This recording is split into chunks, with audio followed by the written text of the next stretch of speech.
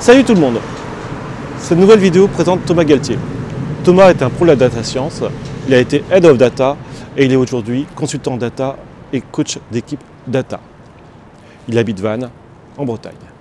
Dans cette vidéo, on parle bien sûr de data, d'IA, de coaching d'équipe. Elle a été faite en octobre 2024, à côté de la Wine Bar, le QG de la tribu de Vannes.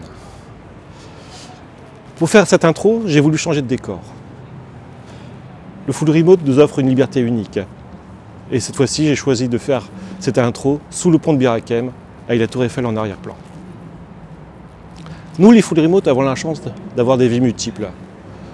Comme les chats, nous sommes principalement basés quelque part, et nous travaillons avec des gens qui sont dispersés, qui sont ailleurs, qui sont partout. C'est comme si nous pouvions voyager en permanence. The Remote Tribe est un peu cela. The Remote Tribe n'est pas ancré sur un territoire, mais les tribus, elles, le sont. Bon visionnage à toutes et à tous. Ça commence maintenant.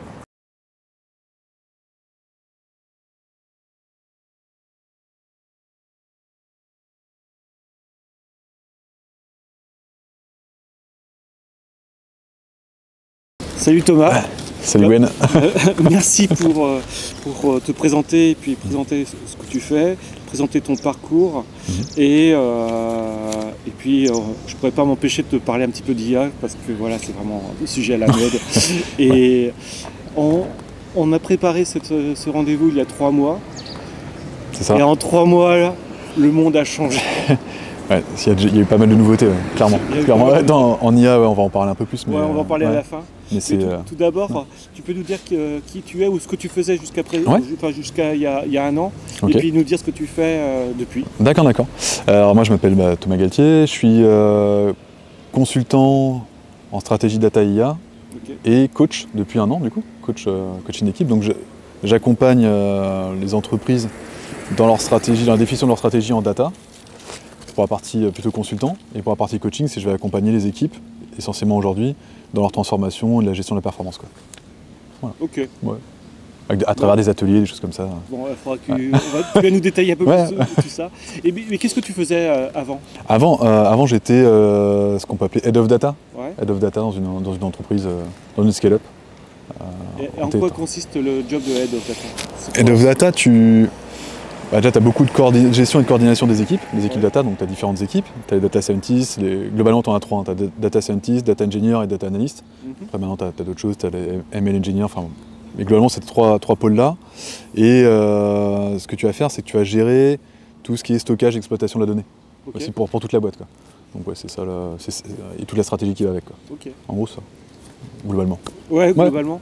Et c'était quelle taille d'équipe Taille d'équipe, ça dépend des boîtes. Et dans ton cas ? Dans mon cas, là, c'était...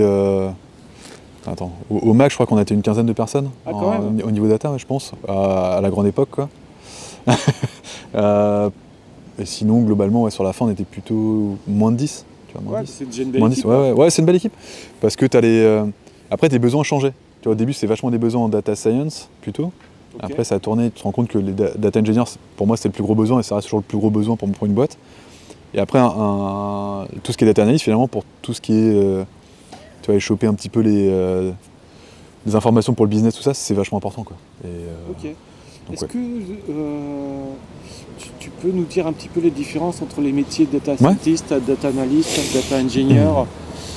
Alors, les définitions peuvent changer aussi à travers les boîtes, mais globalement, data scientist, c'est les personnes qui vont s'occuper de créer des modèles prédictifs. Tu donnes une image et tu essaies de reconnaître, est-ce que c'est un chat, un chien ? Bon, le modèle qui est derrière, c'est fait par un data scientist. Data engineer, ceux qui vont s'occuper de toute l'infra et toutes les pipelines de données, en gros pour la boîte. Donc, là, ils ne travaillent pas qu'avec les data scientists, ils travaillent vraiment pour toute la boîte. Notamment les mots data warehouse, tout ça, data lake, c'est souvent de leur responsabilité. Et data analysts, eux, ils vont analyser la donnée, donc la donnée qui est structurée, ils vont la récupérer, ils vont essayer de choper des insights plutôt pour le business ou pour d'autres équipes. Ouais, c'est plutôt ça. Pour avoir un peu... T'entends, ça se recoupe, mais voilà, globalement c'est ça. Ouais, bien sûr. Donc le data engineer, lui, va récupérer la donnée. Ouais, souvent, récupérer la donnée, la reformater pour la... C'est ça. Pour alimenter les data lakes Ouais, ça dépend de la structure de ton entrepôt au niveau de la boîte, mais globalement c'est ça, il va aller voir les équipes en disant ok, la donnée il va aider, et t'entends c'est aussi décentralisé, donc chaque équipe gère sa propre donnée, mais nous, dans notre cas, c'était une équipe qui gérait la donnée pour toute la boîte, quoi. Ok. Et les data analysts et les data scientists arrivent en deuxième position. Les data scientists analysent la donnée aussi, non? Eux, ils vont analyser la donnée, mais plus dans un but de créer un modèle, quoi. Ils vont créer un modèle. Voilà. Eux, clairement, c'est des gros clients des data engineers. Parce qu'ils vont les voir régulièrement en disant on s'est rendu compte que là, on aimerait bien pour créer notre petit dataset. Alors qu'un dataset, en gros, c'est le modèle, c'est les données sur lesquelles tu vas apprendre. Avec le machine learning, tu apprends à la machine à apprendre. Voilà. Il faut ça. Donc ils vont souvent voir les data engineers pour ça. Et pour plus d'autonomie, souvent maintenant, tu as le rôle, tu vois, de ML engineer qui permet aussi de faire un petit peu cette passerelle-là, quoi. Qui fait la passerelle. Un peu, c'est un peu comme ça que je le verrais. Et les data analystes, eux, ils vont plus avoir une vision business peut-être, et moins prédictive, mais plus sur le passé dans ce cas-là, c'est ça? Ouais, data analysts, eux, ils vont récupérer la donnée, vraiment, et se dire, ça peut travailler sur un Excel même de finance, tu vois, ça suffit. Et après, d'essayer de voir un peu, ok, qu'est-ce qu'on peut sortir comme tendance, comme information, comme truc sympa. Ils peuvent aussi, alors c'est plus maintenant ce qu'on appelle, ils tous différencient les business intelligence analysts, qui eux vont faire des rapports. Voilà, globalement, c'est une branche de data analyst, quoi. Globalement. Et donc, effectivement, tu étais en charge d'une équipe quand même assez large pour la data, quand même, parce que souvent, moi, les entreprises que je vois, les pôles data, c'est 3, quoi. Bon, pour une équipe de 50 personnes, 3, quoi. Alors que 10-15, c'est déjà, quand on était déjà du monde. Quand on était à 15, je pense qu'on était plus de 200 à mon avis dans la boîte. Donc, tu vois, le rapport, c'est un peu... Mais franchement, c'était bien, et parce que le produit aussi tournait autour de la data, quoi. Mine de rien, t'avais besoin de la data, donc pour ça, je pense que la moyenne, je sais pas si, vu que ça restait une scale-up, donc l'âge de la boîte aussi faisait que la data c'était déjà important pour prendre les décisions, pour tout ça, quoi. C'était le cœur du business, quoi. Et ça, c'est un point qui m'intéresse. Donc tu étais en charge de l'équipe, c'est toi qui recrutais les gens. Et tu prenais les gens, tu les choisissais comment? Alors, je recrutais les gens, au début oui, à la fin pas tout seul, ou vraiment à titre... je donnais mon avis, mais je faisais confiance à l'équipe. En fait, il y avait quelqu'un d'autre qui manageait, par exemple pour l'équipe Data Scientist, il y avait une manager, une mine manager qui était là, donc c'est elle qui avait la responsabilité de ça. Mais avant, ce qu'on faisait, le process, c'est souvent ça. Tu avais l'équipe RH qui faisait un secretary. Tu reçois beaucoup de CV, et ils avaient un trait assez vraiment qualitatif. Derrière, tu avais soit un petit test technique à faire, et qui te permettait aussi de créer une discussion. Finalement, ce que tu veux, c'est simuler un peu comment ça se passe au boulot, quoi. Et ça te permet aussi de rencontrer toute l'équipe, pour voir s'il y a un fit humain, parce que finalement, à la fin, tu vas bosser avec la personne, ça reste de l'humain, quoi. C'est pas juste... même si on était finalement en télétravail, tu vois, donc... pour beaucoup, on était en télétravail, donc, mais c'est assez important, pour voir un peu les complémentarités aussi dans les équipes. T'as des profils où c'est plus compliqué, tu peux pas en avoir 36 comme ça, voilà, c'est... Oui, c'est vrai que là, nous sommes à Vannes. Le paysage le montre. C'est ça, rive droite. Et à côté de la One Bar, petite pub. Le QG. C'est ça.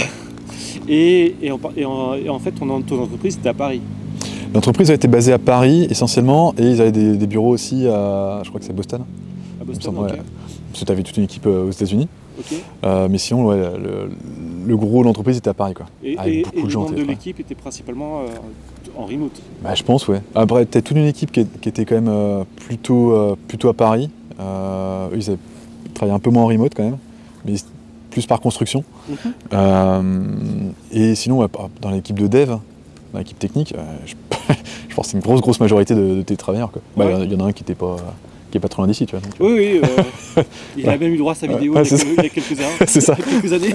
C'est pour ça, donc, et d'ailleurs, pour la petite histoire, Benoît, je l'ai rencontré pour la première fois bien longtemps après le taf, quoi. Oui. Ouais, c'est ça, tu vois, je savais pas du tout qui était ici, quoi. Donc, Le monde est petit. Je pense sur le même sujet, quels sont les types de formations qui mènent vers ce métier de data scientist, data analyst ou vers la data? Est-ce qu'il y a des formations proprement dites ou Aujourd'hui, tu as beaucoup de formations. C'est compliqué parce que de voir en fait le sérieux de la formation derrière. Tu as les formations universitaires, tu as les formations en école. Oui. Mine de rien, ça reste une valeur sûre. Oui. C'est con, mais ça te permet de pas trop réfléchir. Maintenant, tu as de plus en plus de formations, des gens qui disent en 3 mois, deviens, machin. Et sauf que la personne qui te fait la formation, tu sais pas, même si peut-être que c'est quali, tu sais pas si vraiment la personne elle a les compétences pour être prof, si elle a vraiment du recul. Tu as des gens qui ont 3 ans d'expérience qui montent leur formation, quoi. Et tu voyais dans les CV, genre, ok, j'ai fait le bootcamp de un tel. Sauf qu'un tel en question, tu dis, qui a beau se présenter comme expert, parce que c'est LinkedIn maintenant, tu vois. Non. Sur LinkedIn, tu peux facilement être expert, il suffit juste de le mettre. Et les gens achètent, tu vois, ça reste un business. Après, c'est compliqué de savoir. Je trouve que c'est du coup, dans le monde où là, toi tu vas le voir, tu as plein de juniors maintenant. Oui. C'est con, mais tu essaies d'aller à l'essentiel. L'essentiel, c'est que tu vas vers des formations qui sont un peu reconnues, quoi. Donc, école, fac, tout ça, tu connais, tu vas vers ça, quoi. Toi-même, tu as un doctorat en maths, c'est ça? Ouais, moi j'ai un doctorat en maths. C'est pas la majorité, je pense, des gens en data science qui vont jusqu'au doctorat, mais c'est vrai que j'ai un profil de recherche. Oui, ça c'est courant. C'est courant et c'est quand même c'est un peu utile, quoi. C'est utile d'avoir des bases en maths quand même. Ouais. Mais ouais. Ouais, ça, moi maths et statistiques, c'est utile. Ouais, mais ça, moi j'ai commencé là-dessus, quoi. C'est un doctorat en maths appliquées, donc statistique, probabilité, machin. Et après, au fur et à mesure, ça fait bientôt 15 ans que je suis dans ce milieu. Oui. Au début, ça s'appelait pas data science, c'était. J'étais quoi, ingénieur en statistique, ou je sais pas quoi. Ouais, mais un autre mot un peu rigolo qui était derrière, c'était même pas data miner ni quoi que ce soit. Voilà. Ah, oui. Il y a eu ça. Et après, l'année d'après, c'est mon boss qui m'a dit non, mais il faut que tu mettes data scientist, on te change ton poste, je savais pas ce que c'était. Parce que c'était un truc à la mode, qui a explosé. Moi, je viens du monde de la sécurité. Ouais. Maintenant, ça s'appelle la cyber. Ouais. c'est plus sexy. Voilà. Voilà. Et bon, c'est pareil, quoi. Ouais. Ok. Et c'est voilà, donc tu as un profil de Head of Data et qui t'a amené depuis un an et demi que tu as changé ou modifié ta voie, quoi. Ouais, ça c'est vraiment une évolution parce que dans le métier, ce qui me plaisait le plus, franchement, c'était le management. Ouais. Tu as une dynamique d'équipe, c'est vraiment assez incroyable ce qu'on peut faire en équipe. Tu entends des échecs aussi communs, mais des réussites collectives, ça te crée, mine de rien, ça te crée de l'émotion. Surtout, voilà, tu as des projets qui sont vachement intéressants, donc c'est toujours assez sympa. Et tu te rends compte que tout ce qui est communication dans les équipes, ou encore pire, entre les équipes, c'est souvent le nœud du problème, quoi. C'est souvent ça. Donc, tous les soucis, la plupart étaient là. Finalement, les soucis techniques, tu peux les résoudre. Il y a toujours quelqu'un qui va pouvoir... Si c'est en bonne disposition, tu peux même aider ton petit copain, c'est formidable, quoi. Donc ouais, c'est ça qui m'a donné envie de faire ça. Et le management, j'aimais bien un petit peu les gens que je manageais. Le but du jeu, j'avais pas envie de leur dire quoi faire, c'était plutôt de les autonomiser. Et voilà, ça c'est plus naturel dans le coaching, quoi. Donc coaching d'équipe. Alors coaching d'équipe, je fais du coaching individuel, mais vraiment très rarement. Mais moi, ce qui me plaît le plus, c'est le coaching d'équipe, quoi. Donc, voilà. Mais en quoi ça consiste? Est-ce que si c'est le coaching individuel, parce que je connais entre guillemets le coaching psy. Là, on est plus dans le domaine professionnel. Ouais, dans la notion d'équipe. Aider à la cohésion d'équipe, par exemple. Ouais, ça. Alors moi, je fais pas du tout de coaching de vie. Parce que c'est un autre métier là pour le coup. Ce que tu disais, il faut peut-être avoir plus de connaissances en psy parce que un peu plus compliqué. Ouais. En pro, mine de rien, tu es sur la dynamique professionnelle. Ouais. Donc, et pour les équipes, ça va être beaucoup d'ateliers de cohésion, de communication. Ouais. Ça peut être pour aussi aider en leadership. Souvent, tu as quelqu'un qui va être promu en manager, la personne n'est pas formée, et elle s'entraîne en fait sur l'équipe qu'elle vient d'avoir, quoi. Et ça peut être un peu compliqué, donc de temps en temps, il faut remettre un peu les choses. Et en fait, d'avoir un tiers là-dedans, donc un coach, ça aide. T'as pas de billes dans la boîte, t'as pas de billes dans les équipes, t'es pas parti pris. Et voilà, donc tu vas les aider là-dessus, quoi. Tu vas les aider là-dessus sur des. Et un autre truc aussi, c'est l'alignement d'objectifs, avec les objectifs. Souvent, tu parles un petit peu avec le N+2, le N+1 et l'équipe. Personne ne sait. Ça diverge vachement. Donc bon, faire des ateliers, ça marche bien, quoi. Ça marche vachement bien. Ouais. Et c'est des ateliers qui durent combien de temps? Ça dépend des prestats que tu. Bien sûr. Quand c'est des. Ça dépend vraiment tout. Ça dépend de l'équipe, ça dépend de la demande. Ça va. Nous, ce qu'on propose aujourd'hui, c'est plutôt on est bien sur les formats de 3 jours. Okay. C'est un peu sympa, tu vois, au début tu vas quand même observer, tu vas observer des réunions, juste en... T'observes. 1 à 2 réunions pour voir un petit peu la dynamique, voir un peu les profils. Et après derrière, tu t'entames sur 3 journées, parce que globalement t'as toujours pas... Enfin, c'est de voir un peu les objectifs communs à l'équipe, t'essaies d'explorer la réalité de l'équipe, de conscientiser tout ça. Parce que t'entends, tu te rends même pas compte du comportement que tu peux avoir ou des choses comme ça. Et ça marche aussi en équipe. Et tu essaies à la fin aussi d'aller vers une autonomie, donc du coup ils vont amener leurs propres solutions aux problèmes qu'ils ont évoqués sur la première journée, quoi. Ok, donc la première journée c'est pas vraiment état des lieux, mais observation. L'observation nous on l'a fait en amont, ouais, ça. Tu vas un peu vraiment les faire bosser là-dessus sur tout ça. La deuxième journée, souvent, la deuxième journée elle est un peu plus... un peu plus chargée, ouais, un peu plus chargée, même émotionnellement ça monte un peu plus parce que en fait tu vas faire parler des gens entre eux qui ne se parlent pas. C'est ça en fait, le cœur du problème il est là, tu vois. Donc, et à partir du moment où ils se parlent, t'entends, t'as des mots qui sont échangés, c'est pas toujours très bien dit, donc ça peut être un peu compliqué. Mais en fait, après derrière ça se passe bien, quoi. Ouais, c'est ça l'objectif. Ok, donc première journée, observation, analyse, pré-analyse. Deuxième journée, c'est... là tu vas creuser, ouais. Là vous montrez les problèmes. Ouais. Et la dernière journée, c'est essayer de les résoudre. Ouais, ça, en fait, tu montes les problèmes, tu essaies quand même de finir la deuxième journée. T'as des petits exos quand même pour qui sont un peu plus cool. Ouais, pour revenir, pour que les gens repartent pas chez eux avec, tu vois. Des profits. Ouais, avec beaucoup d'intensité émotionnelle, quoi. Et après, tu vois, le lendemain, tu peux rattaquer, parce qu'une fois que tu as purgé, en fait, c'est un peu ça. Hein, ouais, c'est ça, ouais. Dans le gros des cas, c'est pas toujours le cas des équipes, hein, c'est des équipes qui ont besoin de ça. Il n'y a pas eu tout de souci de communication, c'est juste que souvent, les personnes, on oublie pourquoi on a recruté telle ou telle personne. Souvent, tu recrutes une personne parce que tu as un besoin, et aussi, peut-être que ça va t'apporter quelque chose d'un peu différent. Différent dans ton équipe, quand tu es manager, ou pas d'ailleurs, t'espères que tout le monde ait le même comportement. Et, souvent, le tient. Tu vois, et c'est pas le cas, donc tu vois, c'est juste de rappeler ça, ça sert, quoi. C'est utile. Okay. Et l'équipe, elle est entre elles. T'as quand même des super résultats. Maintenant, heureusement, tu as des études là-dessus qui montrent, tu vois, que ça marche. Et heureusement, ça avant, c'est pas trop clair. Et t'es venu à cela comment? T'as fait une formation de coach? J'ai fait une formation donc, avec une école qui est une école qui a des succursales un peu partout dans le monde, donc accréditée par la fédération. T'as une fédération internationale, donc là, l'école de coaching, voilà. Elle est accréditée donc, pendant 1 an. Moi, c'était à Nantes. Et en fait, on a eu beaucoup de pratiques. Beaucoup de pratiques et de supervision. Et au bout d'un an, du coup, tu obtiens ton diplôme, tu dis, tu as une certification de. Enfin, je sais plus, ça marche par niveau. Ouais, j'ai déjà oublié, je te le cache pas, mais globalement, ça, t'as un diplôme. Et maintenant, donc, tu as une associée, c'est ça? J'ai une associée, donc du coup, on a créé notre entreprise avec une associée que j'ai. Ouais, ça, c'est le cabinet de coaching, quoi. Voilà, et nous, en plus, on fait des interventions en duo. C'est-à-dire qu'il n'y a pas un coach, on a 2 coachs, quoi. C'est pour que ça soit un peu plus. Tu vois, c'est un peu. T'as un des 2 qui est toujours en shadow. Et en termes d'énergie, c'est plus sympa. Et de temps en temps, dans les interventions, c'est ce qu'on se disait. Et nous, on le voyait avec les formateurs, formatrices. De temps en temps, ça passe pas, tu sais pas pourquoi, mais ça passe pas trop, quoi. T'as un peu de mal. Quand t'as une deuxième personne, et c'est comme ça que marchait l'école aussi, t'as toujours de quoi bosser, voilà, tu peux pas être tranquille. Enfin, c'est rien de dire, pas t'engager, donc ça te fait un peu plus bosser. T'as le gentil, le méchant, quoi. Ouais, enfin là, là, il y a 2 gentils, quoi. Bon, heureusement, ouais, t'es quand même là pour. T'es là pour faire en sorte que ça marche, quoi. Ok. Ça. Et vous avez démarré concrètement l'activité On a démarré réellement en septembre. Donc là, on a une grosse phase de grosse prospection, tout ça. Donc voilà. Bien sûr. Et les clients sont des gens de la data ou c'est des clients? Alors, moi j'utilise le réseau, forcément, j'utilise mon réseau. Et c'est vrai que naturellement, moi je vais aller plus vers ces entreprises-là, parce que c'est ce qui m'intéresse le plus. Tu vois, c'est là où dynamique je connais le plus. L'associée justement est plus complémentaire, parce qu'elle pour le coup elle vient du monde des grands comptes, et notamment de l'entreprise bancaire. Donc voilà.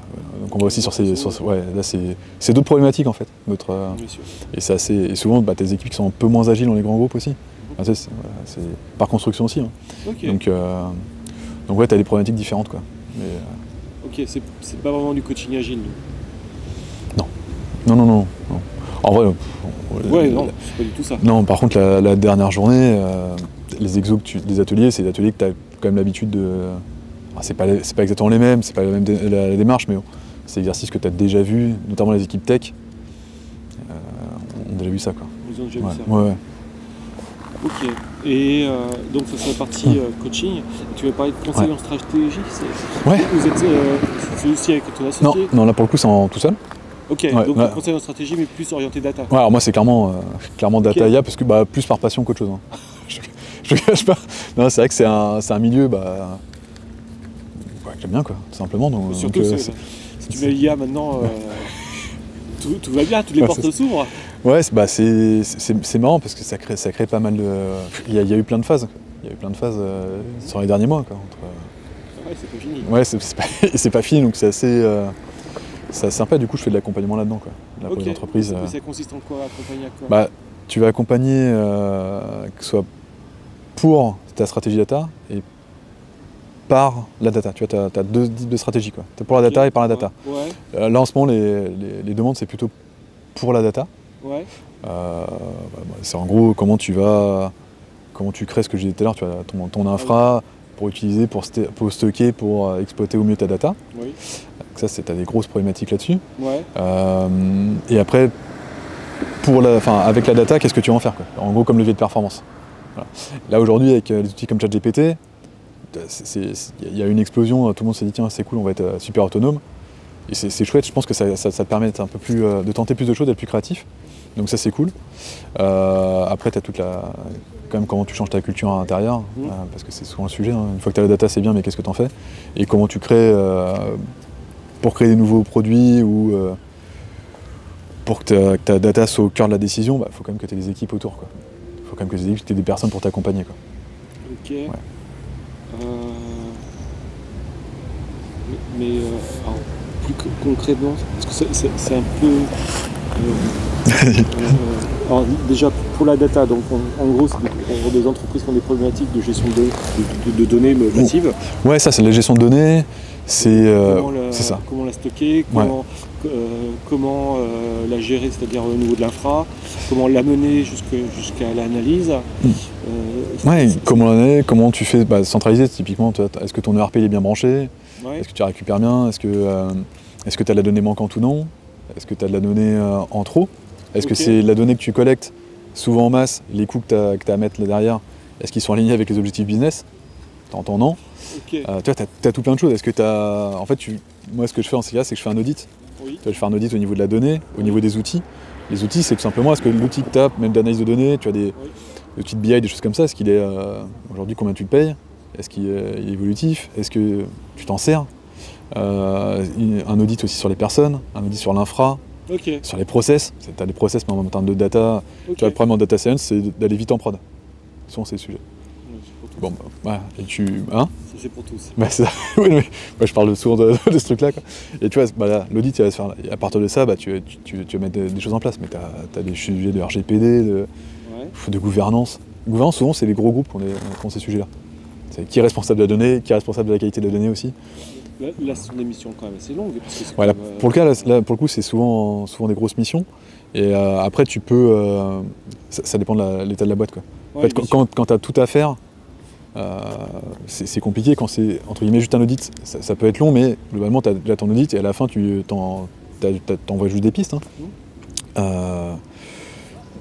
Aujourd'hui, personne ne m'a demandé encore de tout faire, de faire de l'audit jusqu'à... tu fais des jusqu'à l'accompagnement, de changement d'infra, moderniser la stack data, choses comme ça. Là, c'est un gros boulot. En fonction de la taille de la boîte,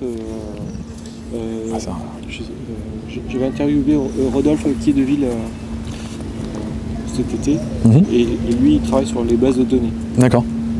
Bases de données. Donc, données data. Et il peut donner 2-3 exemples comme quoi si on ne réfléchissait pas data dès le départ, surtout quand on fait du dev, on prend des ORM où il n'y a pas du tout d'optimisation de la donnée, et quand vous commencez à manipuler des volumes phénoménaux de données, c'est ça. Au niveau performance, vous chutez à un moment donné.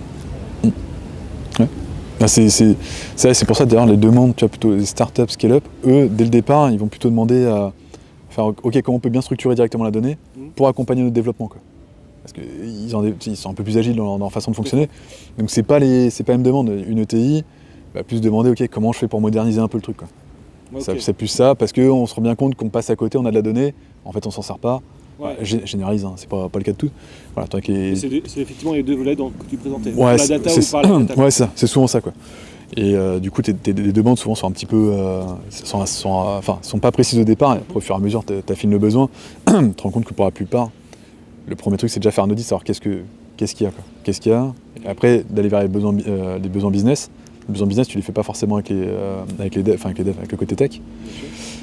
Et après, derrière, tu t'enchaînes. Et au fur et à mesure, mais t'avances par étapes, quoi. Tu peux pas faire d'un gros bloc. C'est trop compliqué, c'est trop lourd, quoi. Ok. C'est quoi la proportion dans ton temps aujourd'hui? En fait, la partie coaching, c'est quand même assez naissant. Voilà, là c'est naissant, donc du coup, aujourd'hui, j'ai pas de mission en cours sur la partie non, plutôt consultant. Okay. Là, on est vraiment à fond, 100% sur la partie prospection, coaching. Voilà, l'idée, c'est ça. Après, l'idée, c'est de faire un mix en termes de temps, quoi, là-dessus, quoi. Idéalement, tu vois, idéalement, c'est ça. Mais l'accompagnement des équipes, en termes de stratégie data, c'est encore un petit kiff, quoi. C'est plus ça que... Voilà. En vrai, aujourd'hui, avec le coaching d'équipe, je pense qu'il y a moyen d'en vivre. Il n'y a pas de souci, donc c'est plus pour le plaisir, quoi. Disons qu'effectivement, mais vu ton parcours, la data, c'est quand même important. C'est ça. Ça fait 15 ans que tu lâches pas le truc comme ça, quoi. Voilà, puis vu les tendances actuelles, ça sera dommage. Ouais, c'est ça. Je pense que je peux encore aider, quoi. C'est ça. Je pense, Qu'est-ce qui nous amène effectivement avant qu'on démarre la vidéo, bien sûr on a commencé à parler de l'IA parce que c'est des sujets qui sont quotidiens. Ouais. Et il y a 3 mois, même moi, ça l'était moins. Et en 3 mois, c'est dingue. Ouais. Et en fait, toi, tu as vu l'évolution, parce que l'IA, c'est quand même basé sur la donnée. Et la manipulation de cette donnée, et puis la retranscrire. C'est quoi tes impressions, c'est quoi tes sentiments, c'est quoi la vitesse, aujourd'hui, ce que je trouve là où ils ont été très forts à OpenAI, tu vois, avec ChatGPT notamment, c'est qu'ils ont créé un super produit, quoi. Ils ont créé un produit qui aujourd'hui donne à tout le monde, enfin c'est accessible au grand public, ce qui n'était pas le cas avant, tu vois. Là, il y a souvent la confusion IA et machine learning. Oui. Voilà, maintenant, IA, c'est ChatGPT pour tout le monde. Voilà, mais globalement, ils ont réussi à créer un produit où le grand public a accès. Et tu as accès à ton petit assistant personnel. Tu lui demandes quelque chose, il te répond. C'est assez... Voilà, ça répond vite. Ouais. C'est assez dingue à ce niveau-là, quoi. C'est super accessible d'accès. Facile d'accès, je veux dire. Là-dessus, je trouve que c'est un tour de force incroyable, quoi. Pour moi, on en parlait un petit peu avant. Hein. On vit le même truc qu'à l'époque de l'arrivée d'Internet, quoi. Ouais. Juste entre parenthèses, c'est quoi la différence pour toi entre IA et machine learning? Machine learning, c'est inclus dans l'IA. Oui. L'IA, ça peut être aussi des systèmes experts. T'as un truc, en gros, notamment pour les patients, tu vas dire, ok, si ça, plus ça, et machin, nanana, alors le patient, tu vas lui donner tu as des choses comme ça, quoi. T'as ce qu'on appelle les systèmes experts. Voilà. Mais l'IA, plus ça, plus maintenant, dans la définition, j'ai l'impression qu'elle évolue pour aller vers quelque chose de super intelligent, tu vois. Oui, c'est ça, ouais. Qui comprend le monde, c'est raisonné, tout ça. Voilà. Mais on n'est pas encore là. Mais voilà. Juste pour l'anecdote, ouais. J'étais à l'école il y a 25 ans. On parlait déjà d'IA. Il y avait je sais plus, 1 heure ou 2 heures sur le système expert. Ouais, c'est ça. Et même le prof de l'époque disait, oui, ça fait déjà au moins 20 ans qu'on en parle. Ah bah ouais, mais même les trucs de machine learning, les réseaux de neurones, les choses comme ça, c'est pas nouveau, quoi. Non, c'est pas nouveau. C'est pas nouveau, et je crois que système expert, ça va être des années 70, tu vois, donc... c'est ça. Non, c'est pas nouveau, mais par contre, encore une fois, c'est accessible maintenant. C'est l'accessibilité qui est nouvelle. Ah ouais, c'est dingue. Ouais, ça crée du... c'est fou, t'as tout un écosystème qui se monte là-dessus, ouais. T'as des gens, t'as des podcasts là-dessus, ça permet à des gens de créer plus aussi, tu vois, donc à ce niveau-là, tu vois plein de choses, des gens qui vont créer grâce à l'IA, tester des choses, en fait tu peux... Ah, c'est intéressant, oui, T'as pas besoin d'aide en fait, t'as pas besoin d'avoir ton data scientist ou quelqu'un qui t'aide, tu peux le faire tout seul. Tu peux tenter un truc, tu peux tenter une petite dinguerie tout seul et ça peut marcher, ça peut être chouette, quoi. Donc tu vois, les gens qui créent des extensions, des trucs, un groupe, avant tu n'y arrivais pas, tu pouvais pas faire facilement des choses comme ça. Avant tu étais obligé de demander à d'autres personnes de le faire pour toi. Et là maintenant tu es autonome quoi. T'es autonome, ouais. Tu es autonome avec cet outil. Et toi ton point de vue c'est qu'en fait ça va multiplier les possibilités en fait. Moi j'aime à penser ça, tu vois. J'aime à penser ça. Forcément tu vois, il y a une petite peur aussi parce que tu vois que ça crée du. Enfin, il y a beaucoup de changements qui vont arriver, donc le changement ça fait toujours un petit peu peur. Mais je compare ça avec l'arrivée d'Internet, quoi. Au début on avait peur et finalement ça s'est bien passé. Par contre il y aura une transformation et des métiers vont changer, clairement. Et je pense même que le métier de développeur va changer. Mais pour le mieux, quoi. Je pense pour le mieux et ouais, t'as une nouvelle génération qui vont arriver, qui pour eux, le chat GPT, peut-être que ça va encore évoluer. Ils vont dire, putain mais en fait, comment vous avez fait pour commencer avec ça, quoi, tu vois. Et c'est comme ça que ça se passe, ça sera parfait, il faut avoir confiance aussi là-dedans, quoi. Oui. Nous, on a bien réussi, pas de raison qu'il y a... Et comment tu vois justement quels seraient les nouveaux métiers qui peuvent apparaître ou quels seraient les nouveaux usages En fait, là aujourd'hui, le chat GPT il n'est pas intelligent, contrairement à ce qu'on pense. On parle d'intelligence artificielle. Par construction, c'est un truc, c'est juste un algorithme qui va prédire les mots les plus probables derrière, à partir d'un corpus de données sur lequel il a été entraîné. Voilà. Le chat GPT s'arrête, je ne sais plus quel mois de 2023. Quoi.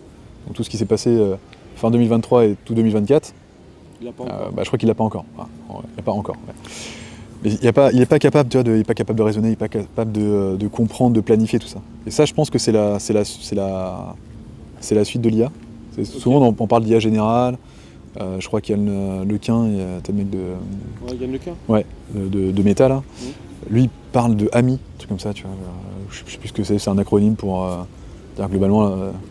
C'est un petit assistant, ton petit pote qui va t'aider. Et il travaille d'ailleurs sur des nouvelles. Sur une IA un peu plus comme ça, quoi. Ouais. qui permet de ça. Là, une fois que tu as ça, c'est autre chose. Je sais pas jusqu'où ça va s'arrêter, en fait. Je sais pas où. Enfin, je sais même pas ce que ça va créer. En fait, les limites, c'est que les limites de l'imagination, je pense, tu vois. Il y a pas de. Qu'on est au tout début.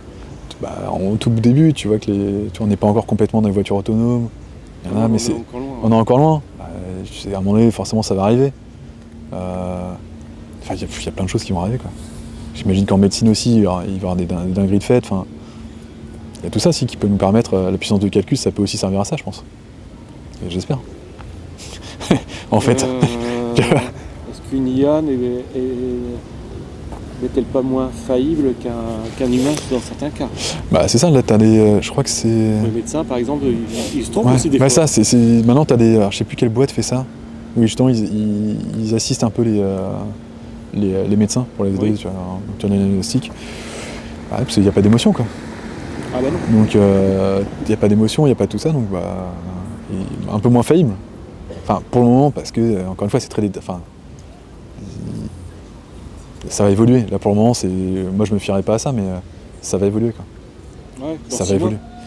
Dans 6 mois, on refait la vidéo, ce sera complètement différent, tu vois. Ça va tellement vite que... Non, mais c'est fou, parce qu'il y a 3 mois, ChatGPT... il y a 3 mois, j'étais pas fan, pas fan. Je trouvais que c'était pas encore dingo, quoi. Non. C'était pas foufou, tu vois, même sur les images. Là où ça se voit le plus, je trouve, c'est sur les générations d'images. C'est vraiment, t'avais quelqu'un qui génère une image, tu voyais que toujours la personne avait 5 doigts, ou 4 mains. Là maintenant, tu sens quand même que... Tu vois, il y a eu un trailer de Superman qui est passé sur, je crois, sur France 2, tu vois, c'est grand public, créé en intelligence artificielle.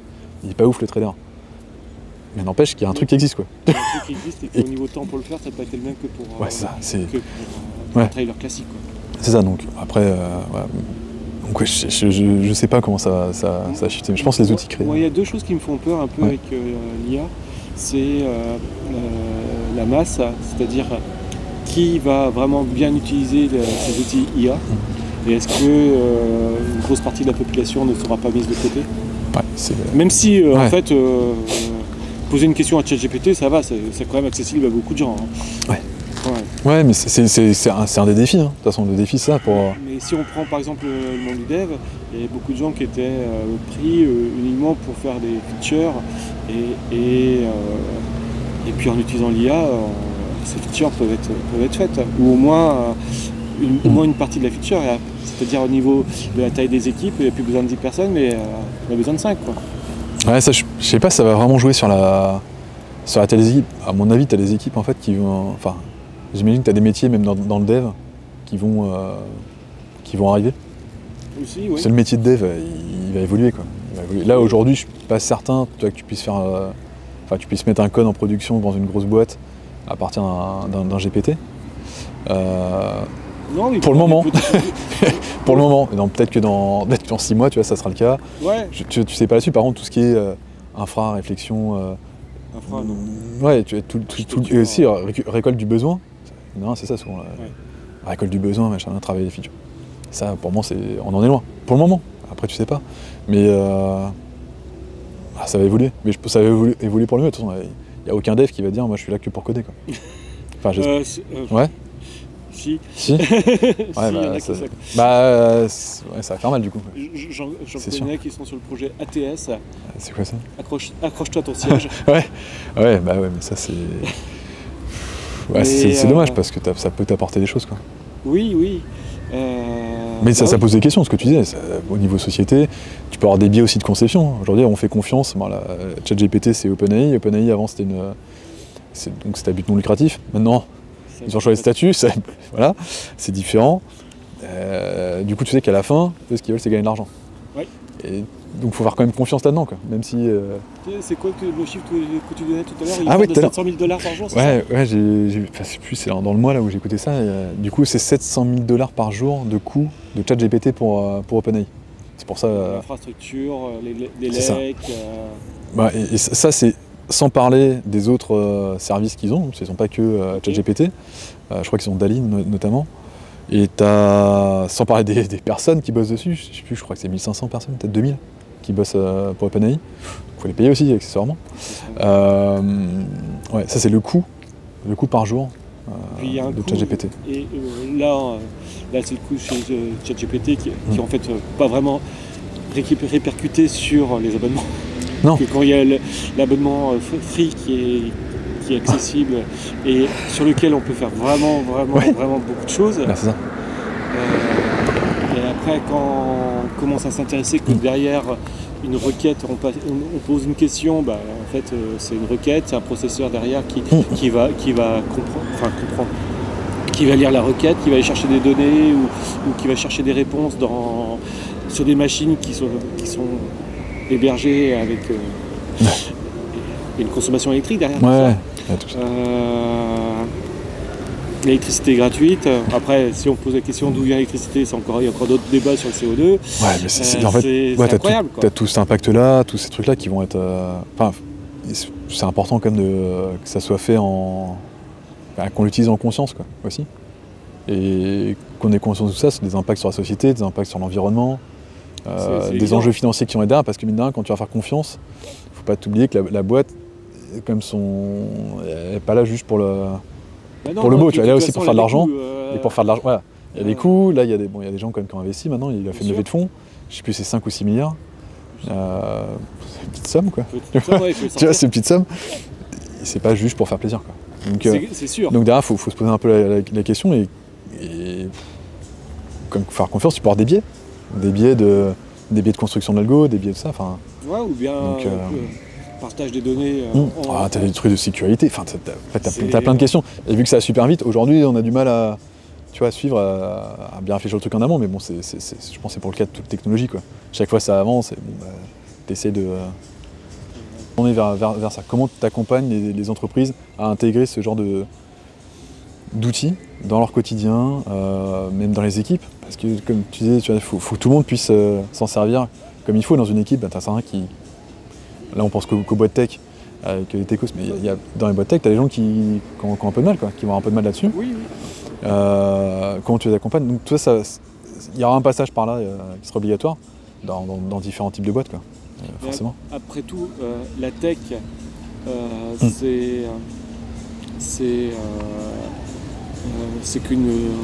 on va dire un écosystème de prestations. Parce que l'objectif, une entreprise qui fait du blé, une entreprise qui fait des voitures, c'est un usage et l'informatique est faite pour aider ou automatiser des choses, mais c'est juste en support.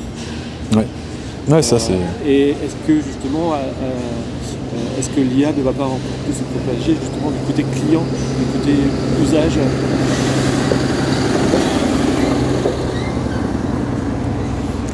pense qu'au départ, oui. Ouais. Au départ, oui. Après, tu as des... Ça viendra là parce que finalement, enfin, pour développer, il faut un peu d'argent. Et du coup, c'est pour ça que je dis, voilà, l'investissement se fera comme ça parce que tu auras une envie, enfin, un besoin, une opportunité financière. Par contre, derrière, une opportunité financière peut aussi servir tu vois, à la société. Tu as plein de choses, tu as plein même d'applications qui ont changé notre façon de fonctionner. Et à la base, c'était pas juste pour faire plaisir, tu vois. C'était aussi pour faire du blé, ils font du blé derrière. Et tout le monde y trouve son compte, quoi. Bien sûr. Donc ça va être ça à mon avis pour un petit temps. Ouais, il va y avoir une phase de découverte ou de. Ouais. Et après. Ouais, bah ça, il faut qu'on s'approprie le truc aussi. Et ça va aller vite.